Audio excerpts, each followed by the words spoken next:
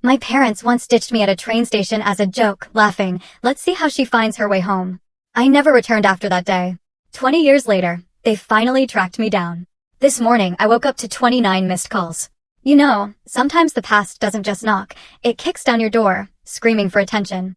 This morning, my phone became a direct portal to a horror I thought I'd buried forever, lighting up with 29 missed calls from an unknown number, and, suddenly, I was 12 years old again, standing alone at Union Station, watching my parents drive away, laughing.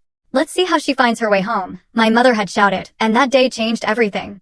It took years of therapy, of meticulously patching together the shattered pieces of myself, to build a life far from the people who had abandoned me. I never went back. Not once. But now, after 2 decades of silence, they found me. Before I tell you how that terrifying moment at the train station came to be, you need to understand the twisted reality of my childhood. Growing up in Ridgeview, Pennsylvania, was like living in 2 different worlds. To outsiders, we were the picture-perfect American family, Frank and Karen Taylor, successful small business owners, with their 2 kids, Ethan and me, Jennifer. Now Megan. But behind closed doors, our home was an unpredictable minefield. My dad, Frank, owned the largest hardware store in town. Everyone knew him for his booming laugh, his generous donations. My mom, Karen, ran a bakery, famous for her blue ribbon apple pies. To the world, they were the ideal couple. But the Frank and Karen I knew were entirely different people. Dad's friendly demeanor would vanish the moment he stepped through our front door. His drinking started around dinner, escalating throughout the evening. A bad day at the store meant we walked on eggshells at home. And Mom? Instead of protecting us, she became his most loyal enabler, always making excuses. "Your father works so hard," she'd say, "he just needs to blow off some steam." Their parenting philosophy was what they called tough love, which was really just cruelty disguised as discipline. It included what they considered teaching moments that anyone else would recognize as emotional abuse. When I was 7, they left me at a grocery store for over an hour because I'd asked for candy. "Maybe now you'll learn not to be so greedy," Mom had sneered when they finally returned, finding me crying by the customer service desk. The manager had actually been about to call the police. My older brother, Ethan, years my senior, had it differently. He was the golden child. Star quarterback, straight-A student, Dad's fishing buddy. While I'd receive criticism for a 97% on a math test, what happened to the other 3%? Ethan would be praised for a B+. I became the family scapegoat. If anything went wrong, it was somehow my fault. Dinner was cold? I must have distracted Mom. Dad had a bad day? Probably because he was up late helping me with homework. The psychological burden was crushing for a child. My 11th birthday especially stands out. Mom had promised a small party with friends. I was so excited, even helping her bake cupcakes the night before. But the morning of my birthday, they told me we were going to the local amusement park instead. I was disappointed, but I tried so hard not to show it. They drove for nearly an hour, pulled into the parking lot, handed me $20 and said, "Have fun. We'll pick you up at 5 p.m. I spent my birthday alone, too scared to go on any rides, sitting on a bench near the entrance, watching other families laugh together. They picked me up at 7 p.m., not 5 p.m., finding me terrified and in tears. "Just teaching you to be independent," Dad had laughed. "Besides, we had to pick up your cake." There was no cake at home. No presents either. When I started crying, they called me ungrateful. These jokes and lessons happened regularly throughout my childhood. I developed coping mechanisms, staying quiet, trying to be invisible, spending time at friends' houses whenever possible, and losing myself in art. Drawing became my escape. On paper, I could create worlds where adults were kind and children felt safe. The day before the train station incident remains crystal clear in my memory. I had received my report card, proud of straight A's, except for 1 A in science. To most parents, this would be cause for celebration. To mine, it was unacceptable. An A-. Dad had bellowed, waving the report card. "What's wrong with you? Are you getting lazy?" Ethan never got A-minuses. "I tried really hard," I'd whispered. "Clearly not hard enough," Mom added. "We're not raising mediocre children." That night, I overheard them talking in the kitchen. "She needs to learn that life doesn't hand you anything," Dad said. "She's too soft, too sensitive. Maybe she needs a real lesson." Mom agreed. Something she won't forget. The next morning, they announced we were taking a family day trip to Chicago. Ethan couldn't come because of football practice. It was just going to be the 3 of us, something that rarely happened. Despite the previous night's tension, I felt a glimmer of hope. Maybe this was their way of apologizing. I couldn't have been more wrong. I woke up with a mixture of apprehension and excitement. Dad seemed unusually cheerful at breakfast, making jokes, ruffling my hair. Mom packed sandwiches, humming. The dramatic change in atmosphere made me uneasy rather than relieved. The drive to Chicago took over 3 hours. Dad played classic rock. Mom quizzed me on state capitals. If I got one wrong, Dad would make a clicking sound with his tongue and say, "Even a third grader would know that one, Jen." As we approached Chicago, Mom turned to face me. "So, Jennifer," she said with an odd smile. "Think you're pretty smart, do you?" Despite that A-, I guess, I answered cautiously. "Book smart, maybe," Dad interjected, eyes on the road. "But street smart? That's different." "Real life doesn't grade on a curve," Mom added cryptically.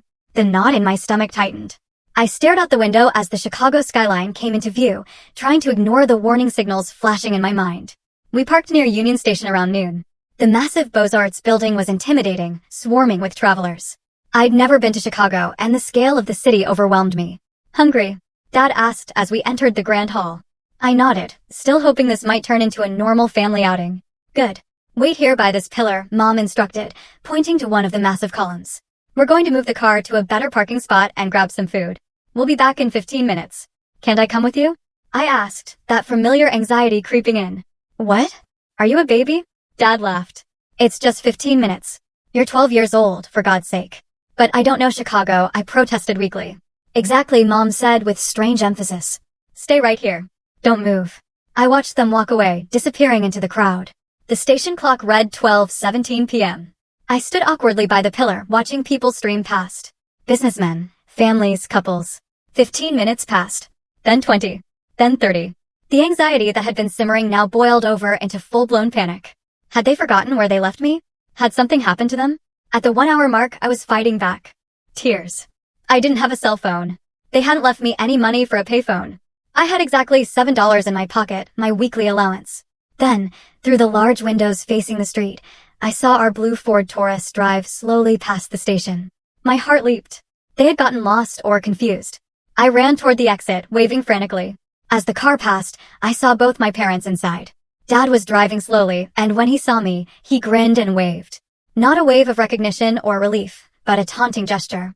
Mom rolled down her window and shouted words that would forever change my life. "Let's see how you find your way home."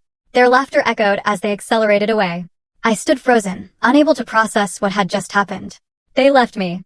On purpose. In a city 3 hours from home. Alone. The initial denial gave way to crushing reality. This wasn't a 15-minute lesson. They weren't parking around the corner, waiting to jump out and say, "Surprise. Did you learn your lesson?" They were actually driving back to Pennsylvania without me. Complete panic set in. I ran back inside the station, gasping for breath, tears streaming down my face. The vastness of Union Station became terrifying. Too many people, too much noise, too many exits. Where could I go? What could I do? No phone, no contacts, not enough money for a ticket home, no ID. For 2 hours, I wandered the station in a daze, occasionally breaking down in sobs before pulling myself together. I was afraid to ask for help. My parents had always warned me about stranger danger, saying police would take disobedient children away to terrible places. Around 3:30 p.m., a station employee named Janet noticed me. She was an older woman with silver-streaked hair and kind eyes behind red-framed glasses. She had seen me circling the same areas repeatedly, clearly distressed. "Honey, are you lost?" she asked, kneeling to my level. I shook my head automatically, trained to never admit trouble. "Where are your parents?" she persisted gently. They want to move the car," I lied, my voice cracking. "When was that?" Janet asked, her expression growing concerned. I couldn't maintain the facade any longer. 3 hours of abandonment, fear, and confusion came pouring out in a flood of tears. "They left me," I sobbed. "They drove away and said to find my way home. But home is in Pennsylvania." Janet's face shifted from concern to alarm. She led me to a quieter area, got me a bottle of water, and asked me to explain everything. Through hiccuping sobs, I told her about my parents, the A-, watching them drive away laughing. "What's your name, sweetheart?" she asked. "Jennifer Taylor," I whispered. "And how old are you, Jennifer?" she asked. Her face hardened momentarily before softening again. "I'm going to help you, Jennifer. What you're describing is not okay. Not at all." Janet informed her supervisor, who called station security. A kind security officer named Marcus took over, asking me more questions about my parents, our address, and phone number. I could see the adults exchanging grim glances over my head. "We need to call the police," Marcus finally said. "What your parents did is abandonment. It's against the law." And that was how, at 4:45 p.m. on a Saturday afternoon, I found myself sitting in a small office at Union Station, watching Officer Teresa Ramirez file a report about my abandonment. My whole body felt numb. This couldn't be real. Parents don't just leave their children in strange cities. But mine had. The fluorescent lights of the Chicago Police Department buzzed overhead as I sat, wrapped in a borrowed blanket, though it wasn't cold. Officer Ramirez had brought me here after taking my statement. She'd been kind but professional, documenting everything with a seriousness that made the reality of my situation sink in deeper. We've tried calling your home number twice, she informed me, setting down a cup of hot chocolate. No answer yet. My stomach twisted. Maybe they're still driving back, I suggested weakly. The drive to Ridgeview would take over 3 hours. A small, desperate part of me still hoped this was just an extreme lesson, that they'd turn around halfway home once they felt I'd been scared enough. Maybe, Officer Ramirez replied, but her tone suggested she thought otherwise. The police station was nothing like I'd imagined. No bars, no cells visible from where I sat, just desks, computers, and phones. Still, the knowledge that I was in a police station because my own parents had abandoned me was overwhelming. Jennifer, a new voice called. A woman in her 40s with curly brown hair approached. I'm Laura Donovan from the Department of Children and Family Services. I'd like to talk with you for a bit if that's okay. The next hour passed in a blur of gentle questions. Had my parents done anything like this before?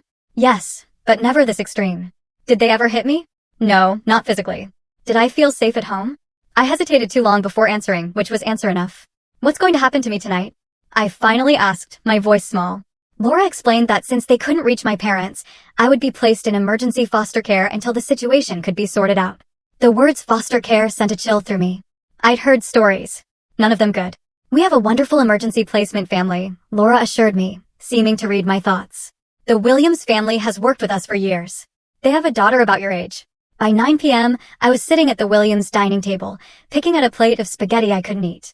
Diane and Robert Williams tried their best to make me comfortable. Nothing felt real. Their daughter, Alicia, showed me to the guest room, awkwardly offering pajamas and a toothbrush. Your parents will probably come get you tomorrow, she said, trying to be helpful. I nodded, not believing it. I didn't sleep that night. I lay awake, staring at the unfamiliar ceiling, replaying the image of my parents driving away, laughing. What kind of parents did that? What had I done to deserve it? The next morning, after a breakfast I barely touched, Laura Donovan returned. Her expression told me everything I needed to know before she spoke. We reached your parents late last night, she said carefully. Are they coming to get me? I asked, already knowing the answer. Not yet, Laura replied. They said they were teaching you a lesson about independence and problem solving. Hot tears sprang to my eyes. By leaving me in a different state? They claimed they planned to call the station after a few hours to check on me, but things escalated when authorities became involved. Translation: they hadn't planned to call anyone. They'd expected me to panic, maybe cry, and then what? Magically find my way home with no money, no phone, no ID? Your brother Ethan confirmed you were expected home yesterday evening, Laura continued. He was surprised when his parents returned without you. A fresh wave of betrayal washed over me. So Ethan hadn't been in on it. Small comfort. What happens now? I asked. We've arranged a meeting at our office tomorrow. Your parents will be there. A judge has been notified, and there will be a hearing later this week to determine next steps. The next 36 hours passed in a strange limbo. The Williams family was kind, but I felt like a ghost moving through their home. Diane tried engaging me in conversation. Robert offered to play board games. Alicia invited me to watch TV. I went through the motions, numb. The meeting at the DCFS office was set for 2 p.m. Monday. I changed back into my original clothes, now wrinkled. Laura drove me to a government building downtown, explaining what would happen. You don't have to speak to your parents if you don't want to, she assured me. I'll be with you the whole time. We entered a conference room with a long table. Already seated were Laura's supervisor and a family court liaison. 5 minutes later, the door opened again. My parents walked in, looking nothing like the confident, laughing people who had driven away from Union Station. Dad's face was haggard. Mom's eyes were red-rimmed. Behind them came a man in a suit who introduced himself as their attorney. Jennifer, Mom said, stepping toward me. I flinched back involuntarily. Please take your seats, Laura's supervisor instructed firmly. What followed was the most surreal conversation of my young life. My parents, guided by their attorney, presented their version of events. They had been concerned about my lack of self-reliance. The train station exercise had been planned as a controlled life lesson. They had circled back after 20 minutes to check on me from a distance, but couldn't find me. They assumed I had figured out how to call home or get help, demonstrating exactly the resourcefulness they wanted to encourage. They had driven home expecting to find a message from me, perhaps from a police station or a helpful stranger's phone, showing I had risen to the challenge. We were teaching her independence, Dad insisted. Kids today are too coddled. By abandoning your 12-year-old daughter in a city 3 hours from home, with no money, no phone, and no ID, Laura's supervisor asked incredulously. She's exaggerating how little money she had, Mom said dismissively. And there are phones everywhere. She could have called collect. I sat in stunned silence.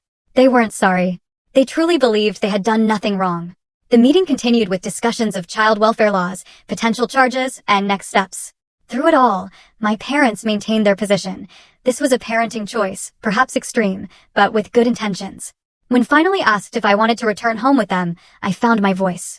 No, I said firmly, surprising even myself. I don't want to go back.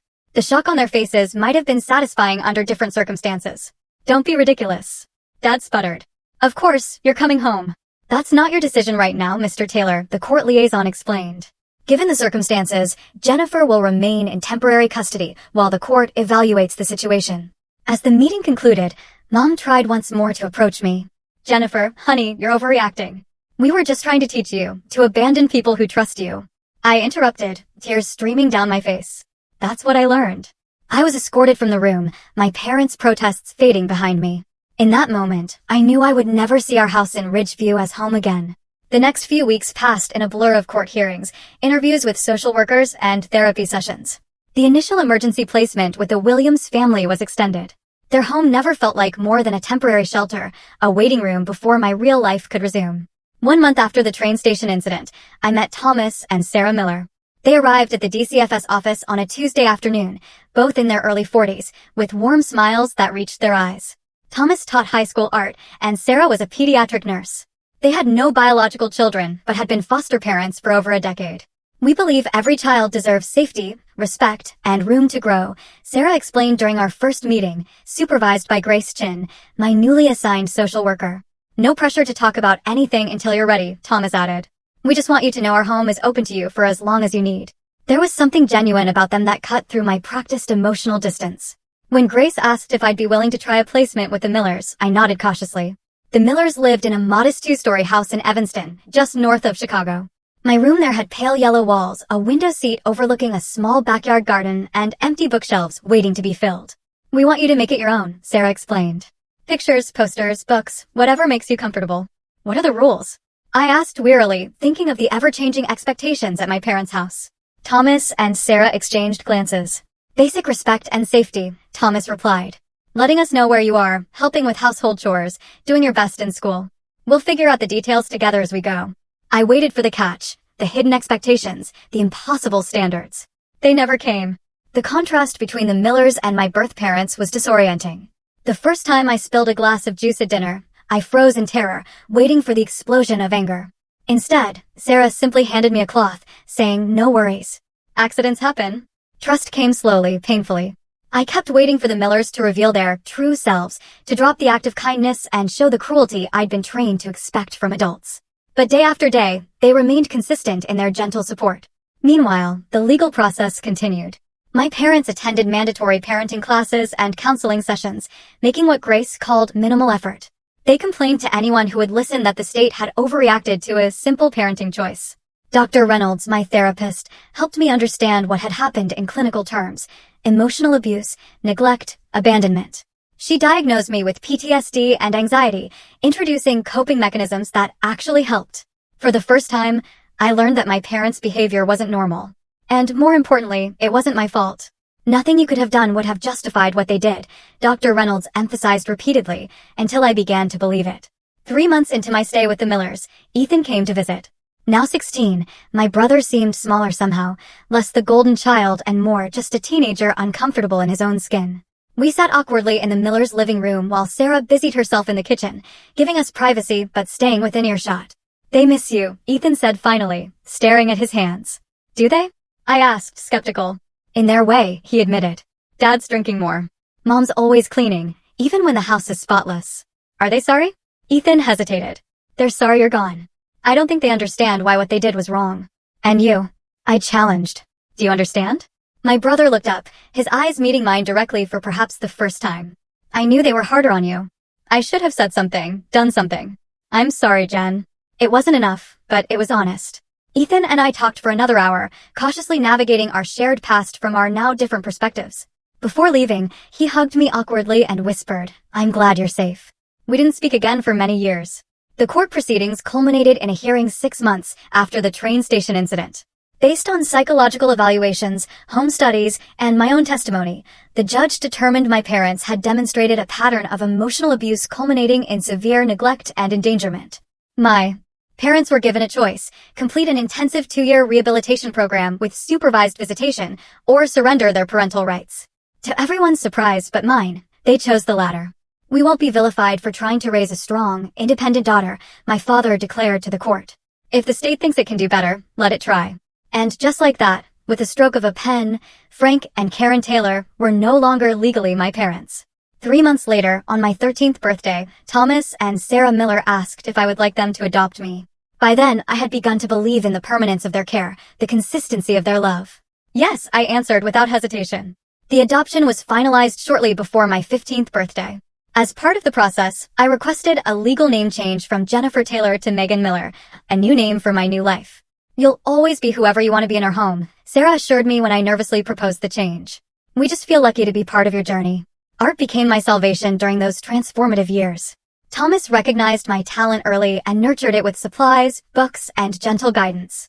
The sketchbooks I filled became a visual diary of my healing process, starting with dark, fragmented images that gradually gave way to color, form, and eventually, hope. High school brought new challenges and opportunities. Making friends wasn't easy. Trust issues don't disappear overnight. But slowly, I built connections with a small group of fellow art students who accepted my quiet nature and occasional anxiety attacks without judgment. College applications loomed. With Thomas and Sarah's encouragement, I set my sights on the School of the Art Institute of Chicago. Ambitious, but not impossible. "Wherever you want to go, we'll help you get there," Thomas promised. The acceptance letter arrived on a snowy March afternoon during my senior year. Sarah cried tears of joy. Thomas insisted on framing the letter. I allowed myself to truly believe that the future could be something bright and beautiful of my own making. Before leaving for college, I made a decision that had been forming for years. I would completely cut ties with my birth family. No contact, no updates, no connections to the people who had so callously discarded me. "Are you sure?" Sarah asked gently. "You might feel differently someday." "I'm sure," I replied. "The Taylors are my past. You're my family now." And with that resolution firmly in place, I stepped forward into my future. College opened up a world I'd only dreamed about. The campus buzzed with creative energy. Students with bright hair, unconventional clothes. Professors who spoke about art like it could change the world. Everywhere, the freedom to experiment and grow. My first semester was overwhelming but exhilarating. I declared a major in graphic design, discovering a passion for combining visual art with practical communication. Each successful project built confidence that had been systematically dismantled throughout my childhood. Thomas and Sarah supported me from afar, sending care packages during finals and respecting my need for independence, while ensuring I knew their home remained my sanctuary. The balance they struck showed me what healthy parent-child relationships could look like. Even as I entered adulthood, sophomore year brought Audrey into my life. We met in a color theory class where her bold experiments with neon pigments contrasted with my more restrained palette. Somehow, this difference drew us together. "You're the most careful artist I've ever met," she observed over coffee one day. "Every mark you make is deliberate." "Is that bad?" I asked defensively. "Not bad," she clarified. "Just interesting. Makes me wonder what happens when you let go." Audrey's friendship challenged me in ways I desperately needed. She pushed me creatively, but respected my boundaries personally. When I finally shared snippets of my past with her, she listened without pity or horror, then simply said, "They really screwed up losing someone like you." It was Audrey who convinced me to try dating during junior year. "You don't have to trust everyone," she reasoned. "But maybe try trusting someone." Brian was a photography major with kind eyes and patient hands. Our first date, coffee at a tiny cafe near campus, stretched into a 5-hour conversation. He talked about growing up in rural Wisconsin, his parents' dairy farm, his 3 younger sisters. I shared carefully edited versions of my own background, testing his reactions. "My birth parents weren't good people," I explained vaguely. "I was adopted as a teenager." "Family is complicated," he replied simply. "I'm more interested in who you are now than where you came from." Our relationship developed slowly. Brian never pushed for more intimacy than I was ready to give. The first time he reached for my hand and I flinched away, he simply nodded and continued our conversation as if nothing had happened. The next time, I was ready.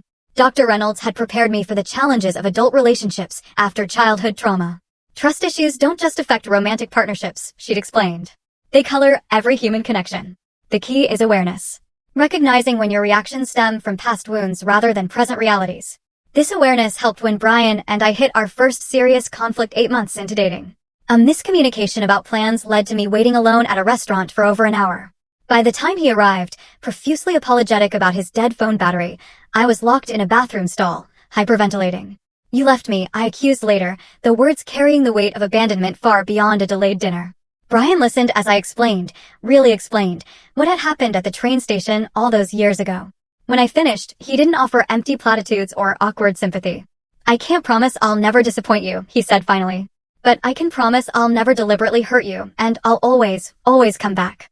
It wasn't enough to heal all wounds, but it was honest. Our relationship continued, stronger for the vulnerability we'd shared. Graduation approached with a mixture of excitement and anxiety. The protective bubble of academia was ending.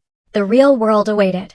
Thanks to a professor's recommendation, I secured an interview at Element Design, a mid-sized firm specializing in branding for nonprofits and sustainable businesses. "We like your portfolio," the creative director told me, "but more importantly, we like your approach.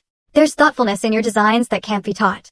I started at Element 2 weeks after graduation, renting a tiny studio apartment 20 minutes from the office. The space was all mine, the first time I'd lived completely alone. I painted the walls soft blue, hung my own artwork alongside prints from artists I admired, and bought plants that required daily care, a small exercise in nurturing life. Work challenged me in unexpected ways. The technical aspects came naturally, but collaborating with clients, presenting concepts, and defending creative choices pushed me far outside my comfort zone. My supervisor, Nadia, seemed to intuitively understand when to push and when to support. "Your work speaks for itself," she advised after I stumbled through an early presentation. "Trust that, and the confidence will follow." She was right. Each small success built upon the last, and within 2 years, I was leading projects for major clients. The scared girl from the train station seemed increasingly distant, though therapy continued to help me integrate these different versions of myself. At 27, Brian proposed during a weekend visit to Sarah and Thomas's home. He'd asked their blessing first, not out of old-fashioned protocol, but recognizing their centrality in my life. We married in a small ceremony the following spring, with Audrey as my maid of honor and Thomas walking me down the aisle. "You've built something beautiful," Sarah whispered during our mother-daughter dance, a tradition we'd both insisted on maintaining despite our non-traditional relationship. "We built it together," I corrected, embracing the woman who had shown me what motherhood should be. Around this time, my birth parents made their first attempt to contact me. A Facebook message from Karen appeared one ordinary Tuesday. "Jennifer, we've been thinking about you. Would love to reconnect. Dad and I are still in Ridgeview." I stared at the message for hours before showing it to Brian, then Dr. Reynolds. With their support, I made the decision to maintain the boundaries I'd established years before. I blocked the account without responding, then did the same when similar messages appeared on Instagram and LinkedIn in the following months. The intrusions disturbed me, but I refused to let them derail the life I'd worked so hard to build. Instead, I channeled the complicated emotions into a new venture. In 2008, I left Element Design to start my own studio, focusing on branding for organizations supporting children and families in crisis.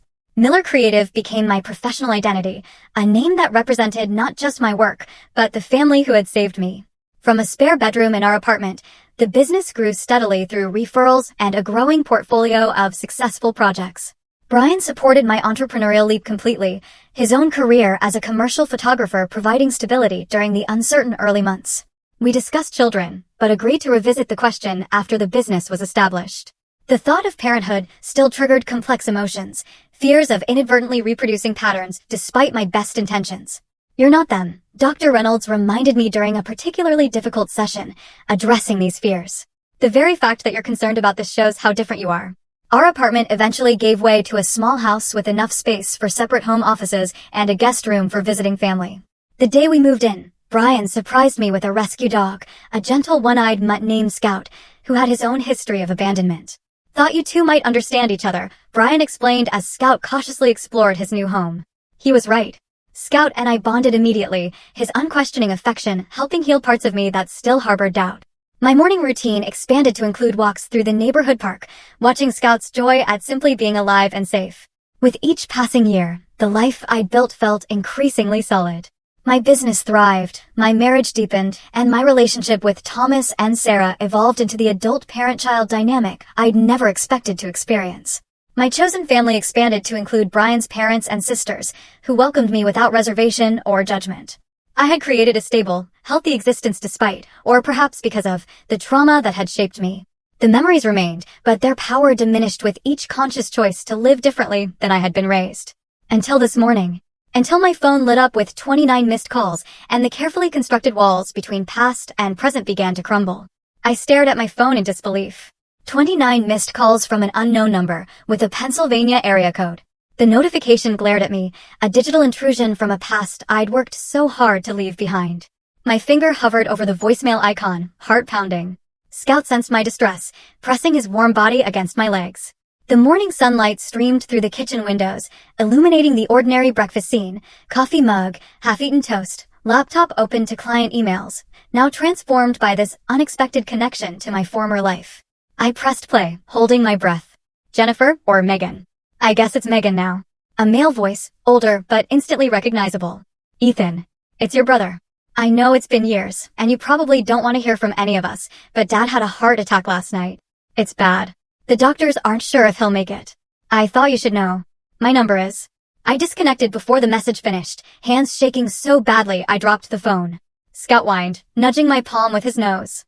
I'm okay, I whispered, more to myself than to him. I'm okay, but I wasn't. My carefully constructed compartmentalization was crumbling. Within minutes, other notifications appeared. An email from an address I didn't recognize, but with the subject line, "Your father, please read." A Facebook message request that simply read, "Jennifer, it's Mom. Please call. It's urgent." 20 years of silence. And now this barrage? Why no? What did they want from me? The panic attack hit without warning. My chest tightened, breathing became shallow, and the kitchen walls seemed to close in. I hadn't experienced one this severe in years. Fumbling for my phone, I called Dr. Reynolds' office, grateful when she agreed to see me within the hour. Your reaction is completely normal, she assured me as I sat in her familiar office, clutching a tissue. This is a significant trigger connecting to your core trauma. I don't understand why I'm so affected, I admitted. I made peace with cutting them off years ago. Did you? She asked gently. Or did you build a life around the absence of that peace? The question hit harder than I expected. Had I truly processed my childhood, or just successfully avoided confronting its deepest wounds? What do I do? I asked finally. That depends on what you want, Dr. Reynolds replied. There's no right answer here, Megan. You can maintain the boundaries you've established, which would be entirely valid. Or you can engage on your own terms. If there's something you need from this interaction, what would I possibly need from them? Only you can answer that. Closure? Answers? The opportunity to speak your truth? Or perhaps confirmation that your decision to leave was the right one? I left the session with more questions than answers, but also with grounding techniques to manage the anxiety that threatened to overwhelm me. Back home, I called the two people who had earned the right to advise me on family matters. Sarah answered on the second ring. Megan, what a lovely surprise. The moment I heard her voice, I broke down again. Through tears, I explained the situation. Oh, sweetheart, she said when I finished. What can we do? Tell me what to do, I pleaded. You know we can't do that, she replied gently. But I can tell you that whatever you decide, Thomas and I support you completely. Your relationship, or lack thereof, with your birth family doesn't change anything between us. After hanging up, I called Audrey, who offered to come over immediately. Within an hour, she was at my kitchen table, pouring wine despite the early hour. Okay, let's think this through, she said pragmatically. What's the worst that could happen if you respond? They could try to pull me back into their dysfunction, make me feel responsible for them, dismiss everything they did, re-traumatize me. And what's the worst that could happen if you don't respond? I considered this carefully. I might always wonder. Maybe regret not having said what I needed to say. So, the question isn't really about them, Audrey observed. It's about what you need.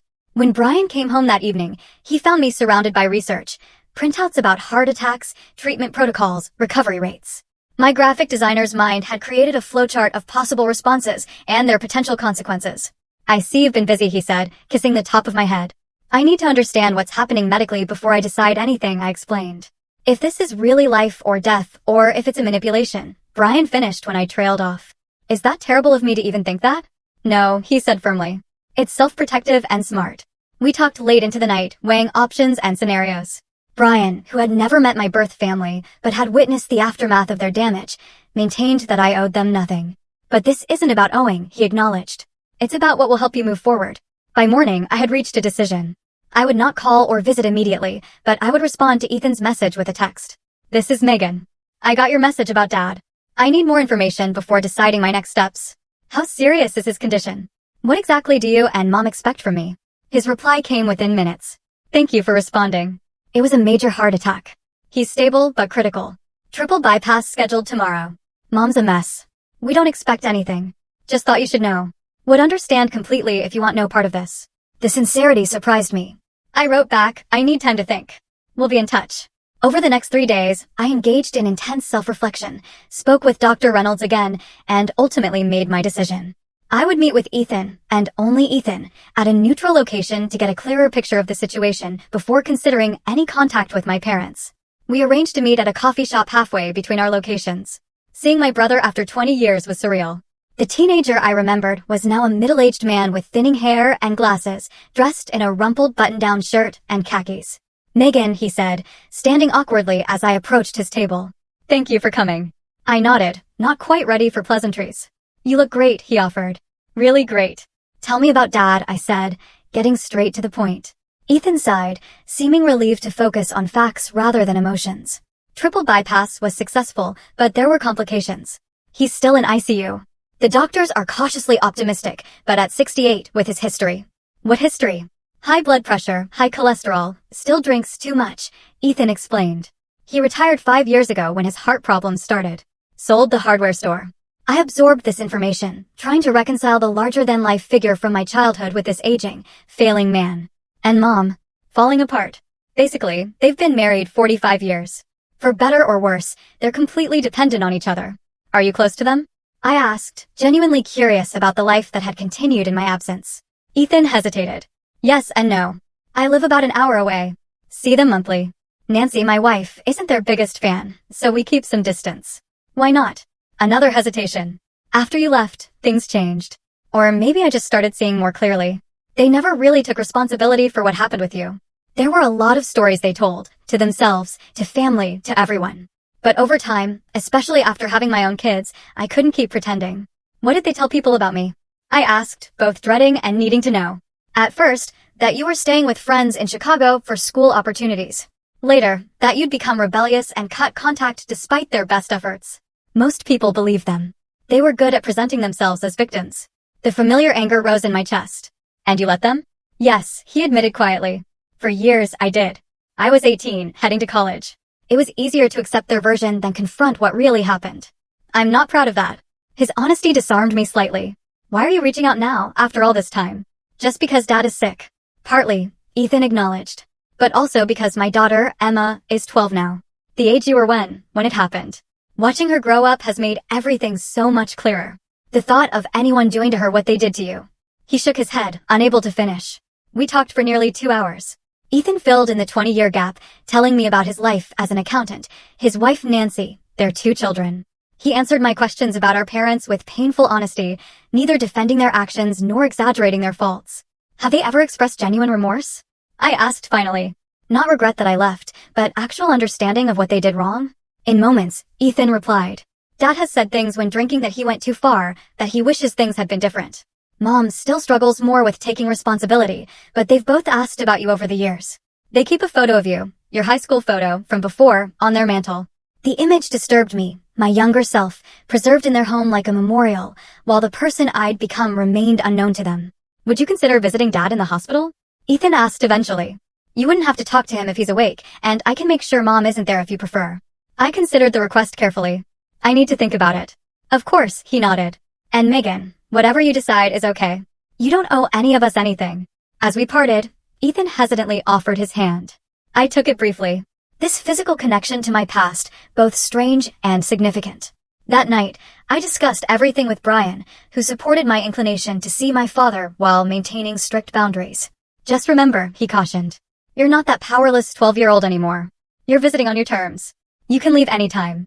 The next morning, I called Dr. Reynolds and asked if she would accompany me to the hospital, not as my therapist specifically, but as a support person who understood the complexity of the situation. She agreed immediately. This is an opportunity to engage with your past from a position of strength, she observed. But only if that's what you truly want. I thought about the scared girl at Union Station, the years of healing, the life I'd built, and the parents who had chosen to abandon me. Then I thought about the man in the hospital bed, facing his own mortality. Yes, I said finally. I think I need to do this. Not for them, but for me. The hospital corridor seemed endless as Dr. Reynolds and I walked toward the cardiac ICU. Each step required conscious effort, my body seemingly trying to protect me by refusing to move forward. The antiseptic smell, the hushed voices, the occasional urgent beeping, everything heightened my already overwhelming anxiety. "We can take a break," Dr. Reynolds offered, noticing my shallow breathing. I shook my head. If I stop, I might not start again. Ethan waited at the ICU entrance, relief visible on his face when he saw us. "Thank you for coming," he said quietly. "Dad's awake, but tired from physical therapy. Mom's at the cafeteria. I made sure to schedule this when she'd be away as you requested." "And she agreed to that?" I asked skeptically. "Not exactly," Ethan admitted. "I told her I needed time alone with Dad to discuss insurance matters." His discomfort with the deception was obvious. I introduced Dr. Reynolds simply as a friend, and Ethan didn't question her presence. As we approached my father's room, he touched my arm lightly. "Just so you're prepared, he looks different. Older, obviously, and the surgery." I nodded, bracing myself. Nothing could have fully prepared me for the sight of Frank Taylor.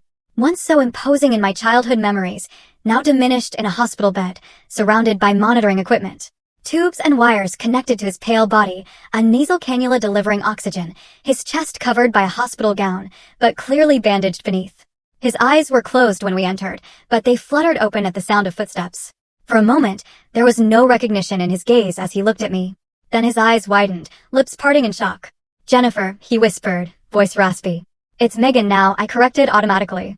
"Megan," he repeated, as if testing the unfamiliar name. "You came?" I remained near the doorway, unable to approach closer. "Yes."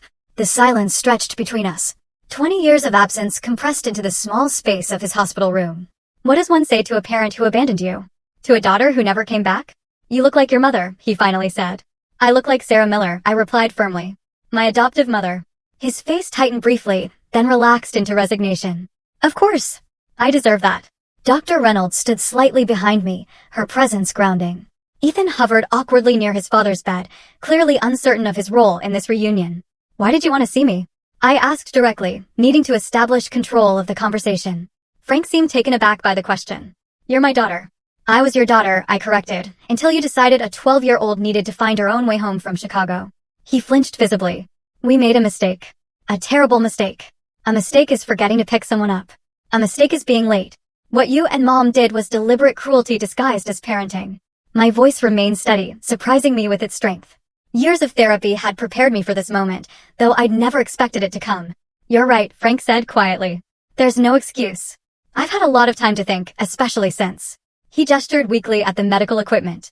"When you're facing the end, you see things differently." "Are you dying?" I asked bluntly. "Not immediately, they tell me. But this was a warning shot." He attempted a weak smile that didn't reach his eyes. "Makes a man reflect on his regrets. And I'm a regret. What we did to you is my biggest regret," he clarified. "Not you. Never you." It was the closest thing to an apology I'd heard from either parent, but it felt insufficient against the magnitude of their actions and the years of trauma that followed.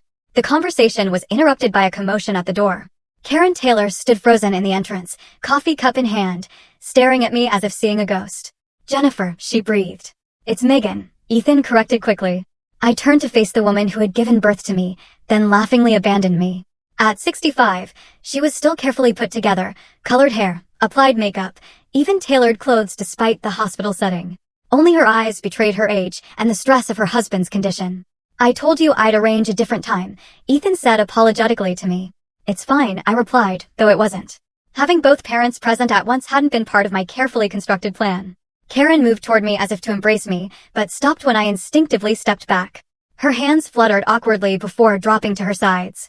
"You're so beautiful," she said, eyes filling with tears. "All grown up." I remained silent, unprepared for this additional confrontation. "I've thought about you every day," she continued. "Wondered where you were, if you were happy, if you ever thought about us." "Karen," Frank warned weakly from his bed. "Give her space." The irony of Frank Taylor advocating for boundaries was not lost on me. "I need some air," I announced abruptly, turning toward the door. Dr. Reynolds immediately moved to accompany me. "Please don't leave." Karen called after me. "Please, we've missed you so much." I paused in the doorway, turning back to face both my birth parents. "You missed me? You abandoned me in a strange city when I was 12 years old. You drove away laughing while I watched. You surrendered your parental rights rather than admit what you did was wrong. And now, 20 years later, you want to talk about missing me?" The words poured out. Years of unexpressed anger finally finding voice. Karen flinched as if physically struck. We were terrible parents, she admitted, tears now flowing freely. We didn't know how to love you properly. That's not an excuse, I replied. Millions of people figure out how to parent without abandoning their children. You're right, Frank interjected from his bed. There is no excuse. We failed you completely. The simple acknowledgement, devoid of justification, momentarily disarmed me. This was what I had needed to hear 20 years ago. Not explanations or defenses, but simple accountability. I didn't come here for apologies, I said finally. I came to see for myself that the people who had such power over me are just that. People. Flawed, aging, ordinary people who made unforgivable choices. Is there any chance? Karen began. No, I interrupted. There's no chance of reconciliation if that's what you're asking. That opportunity ended the moment you drove away from Union Station. My gaze met Frank's. What I can offer is closure for all of us. I hope you recover fully from your surgery. I don't wish either of you ill, but I need you to understand that I am not Jennifer Taylor anymore. I haven't been for 20 years. I'm Megan Miller. I have wonderful adoptive parents, a loving husband, a successful career, and a life built far away from the damage you caused. My voice remained steady as I continued. I don't hate you anymore. That's taken years of work. But I don't forgive you either, and I don't want you in my life. Any contact should go through Ethan first, and I reserve the right to ignore it completely.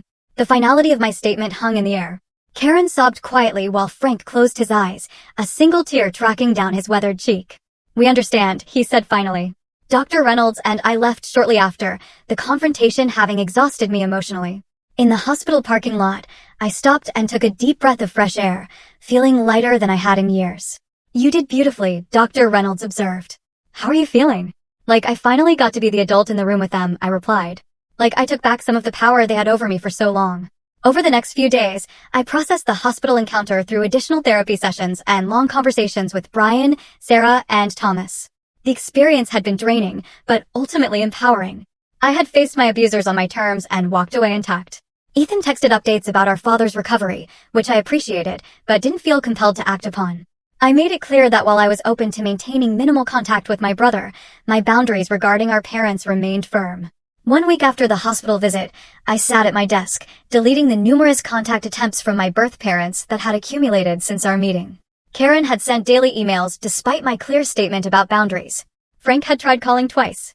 I blocked their numbers and email addresses without reading the messages, then called Sarah. I just wanted to say thank you, I told her when she answered, for everything. For showing me what parents should be. Oh, sweetheart, she replied warmly. You've given us far more than we could ever give you. That evening, Brian and I took Scout for a long walk through our neighborhood. The summer air was warm, fireflies beginning to appear in the gathering dusk. Scout trotted happily ahead, his one good eye bright with canine contentment. What are you thinking about? Brian asked, squeezing my hand. How sometimes the family you're born into isn't the family you're meant to have, I replied. And how grateful I am that I found mine. The path forward wouldn't always be smooth.